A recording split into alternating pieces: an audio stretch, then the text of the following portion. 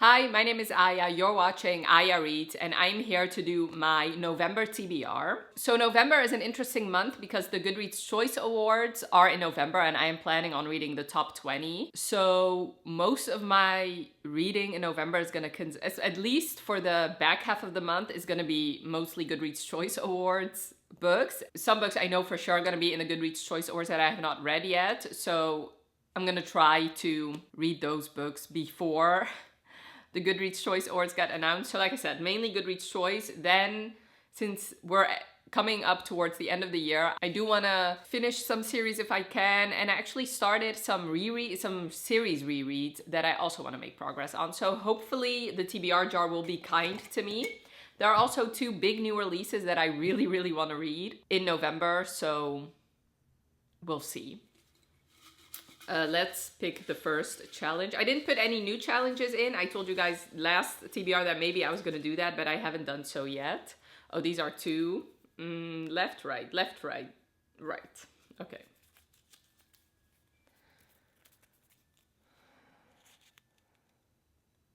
Read a Nikki Sloan. So that is good for my series goal because I am currently reading the Nashville Neighborhood series by her, and actually the 6th book comes out in January. So the only one that I'm really excited about in the Nashville Neighborhood series is The Good Girl. Also because the frat boy is my favorite in that series. So I'm gonna read the series out of order. That is completely fine. So I'm gonna be reading The Good Girl by Nikki Sloan, and I'm very excited about it. So The Good Girl is about Preston, who was the ex-boyfriend in The Doctor, which is an ex-boyfriend's dad story. So basically he was an ass in The Doctor. He didn't treat his girlfriend right. Then she broke up with him and ended up with his dad. So I usually tend to feel bad for the sons in those relationships. I know that's not how you're supposed to look at it, but I just think one of the worst things you could do as a father is get together with your son's ex. Like, out of all the women in the world, you had to pick your son's ex. So I usually tend to be a little bit more forgiving towards the sons in those dynamics. So I always like it when the son actually gets his own story. So in this story, Preston is best friends with Colin from the frat boy. Colin's sister has been kept on a leash by her parents. Her parents are very controlling. So she wants to be a bad girl, and she asks her brother's best friend to help her do that, and Preston is happy to oblige. So this is very summery though, but since her books are very spicy, maybe this will keep me warm in what I'm sure will be a very cold month. Let's continue. Oh, one fell, so let's pick that one. I already saw it, and I'm very happy about this one. Read a fantasy romance, and I'm gonna pick one of the two new releases that are coming out that I'm very excited about. Let me grab my laptop and tell you all about it. The Courting of Bristol Keats by Mary E. Pearson. So Mary E. Pearson wrote one of my favorite trilogies of all time, The Remnant Chronicles, which is one of the series I'm currently rereading actually. And she hasn't published anything in years, and now she's back with her first adult fantasy romance, and I'm very excited about it. This one actually comes out on November 12th.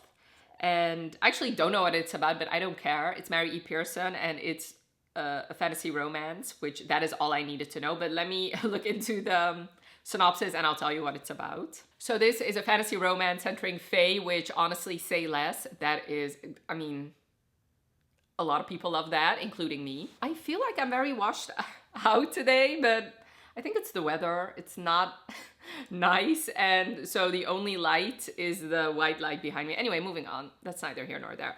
So basically, Bristol Keats, they live in this small town and they are struggling to meet ends meet. And then she begins to receive letters from an aunt she's never heard of, saying stuff about her family that might be a lie, and her father, who died, might actually not be dead. He might have been kidnapped by terrifying creatures from another realm where he's from, and that other realm is a land of gods and fae and monsters. And there she meets a fae king, and she makes a deadly bargain with him. He may or may not be the being responsible for her parents running away from their life.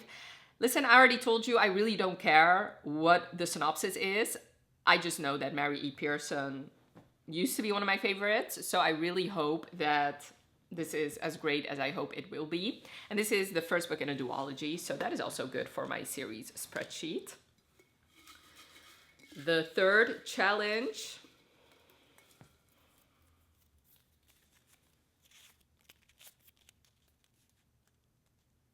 Okay, read a historical fiction. So I haven't read a historical fiction in a while.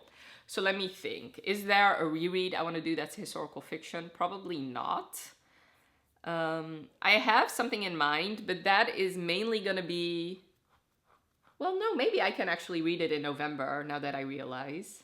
Now that I think about it, if I get all my Goodreads choice nominees out of the way first.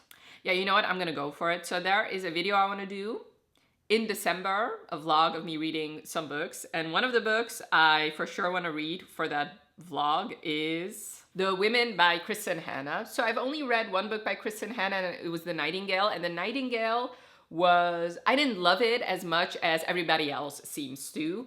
But obviously she's a beautiful writer. And this book is very popular this year. It has almost 750,000 ratings. So a lot of people have read it, and it has a 4.6 average rating, which is very high. So basically this is obviously historical fiction about these nurses in Vietnam, and I really want to read it. First of all, also for that vlog I want to do, but I have been interested in it because I am interested in like the whole Vietnam War. So when I was in high school in my senior year, every year there was like a different topic, and our year it was Vietnam. So we did learn a lot about Vietnam. And I found that so interesting because it was so different from what we usually learned about, which was World War II. Obviously, because World War II was took place in Europe for a lot of it. So this is interesting. I feel like it's a different type of historical fiction than we usually get also. And I'm sure this is like a different type of story centering about women. And I really, really hope I love it. So yeah, that one. So this one, I mean, I'm putting it on my November TBR, but there is a high probability that I'm going to be reading it in December. But either way, I'm going to be reading it this year, hopefully. This one.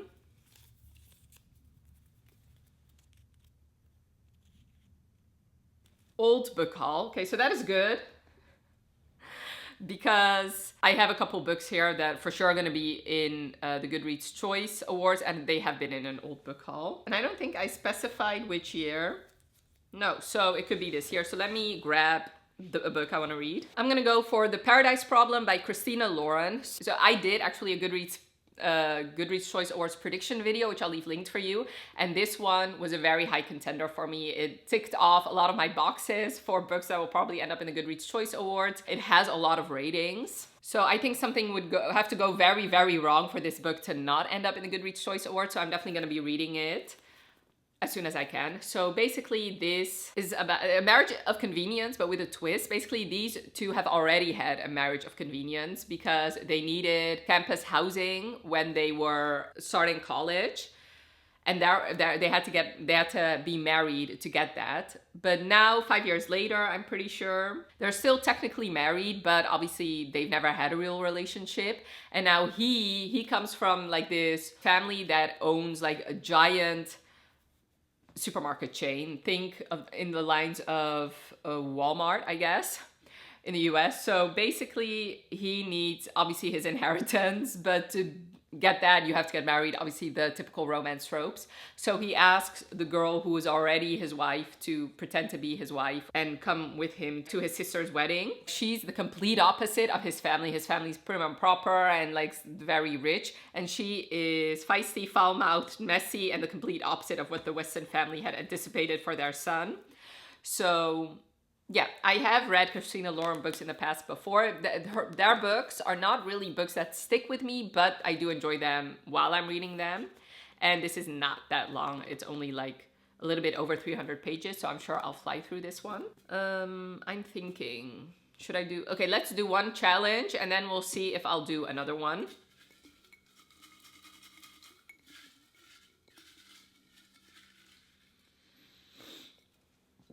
This one.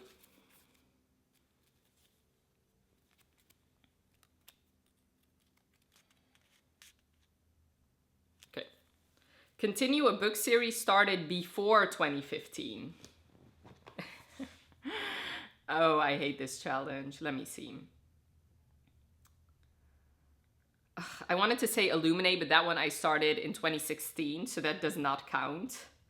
Before 2015 is only 2 options. Okay, you know what? Forgive me, but I'm just gonna pick Obsidio by Amy Kaufman and Jay Kristoff. Basically, it's only off by 1 year. I started it in 2016, and that will take off a series of my TBR. I'm already reading it. I only need to read this one to finish off that series, and you know, it's close enough. And this challenge really is only, anyway, doesn't matter. I'm just gonna do this one. I am cheating, I know, but I mean, what are you gonna do about it? I read Illuminate and Gemina in September and October, and the plan was to read Obsidio anyway, so I'm just gonna do that. Yes, I'm a cheater, but hey ho. Let's just do another one as a punishment then, since I'm already, like, since I cheated on that one. And this is gonna bite me in the ass, I already know it because I already see what this says. Okay, so owned TBR, published before 2015. Okay, so technically I could do a reread because most of those were published before 2015, but I feel like it should be a book that I have not read yet. So let me think. Published before 2015. And it has to be, I don't know, what is up with 2015? Okay, I don't think any of these series will work. No, I don't think so. Well, maybe I have one in mind. Okay, you know what? I will think about this and I'll get back to you. Okay, so I did end up going for a book I am rereading because what's the point of putting a book in here that I'm not even gonna read? Since, you know, I was thinking about a couple books that were probably published before 2015, but realistically, I'm not gonna get to them before the end of 2024, so then what's the point? So I'm gonna go for The Fiery Heart by Rochelle Mead. This one was published in 2013. I was actually looking up other books on my shelf. The Goal was an option, but that one was published in 2016, so I didn't want to do that again. And then Vow of Thieves, because that would not be a reread, because I still need to read like the last book in the Remnant Chronicles I need to reread, and then reread Dance of Thieves, and then Vow of Thieves I've never read, but that one was published in 2019, so that also didn't work. So I'm just gonna go for this one. There is a big chance I'm gonna be reading this before the end of the year, and this was published before 2015. It was published in 2013, and TBR, yes, like I made this goal to actually get an unread book off of my shelves that was published that long ago, but you know, it's the end of the year. I have to make, sometimes I have to cheat to get what I want. So I guess that was for the challenge portion. Then there are 2 other books that I for sure will be reading. One of them I might actually read in October, but let me talk about it anyway. The Ashes and the Star-Cursed King by Carissa Broadbent. This is the 2nd book in the Crowns of Nyaxia series, and I read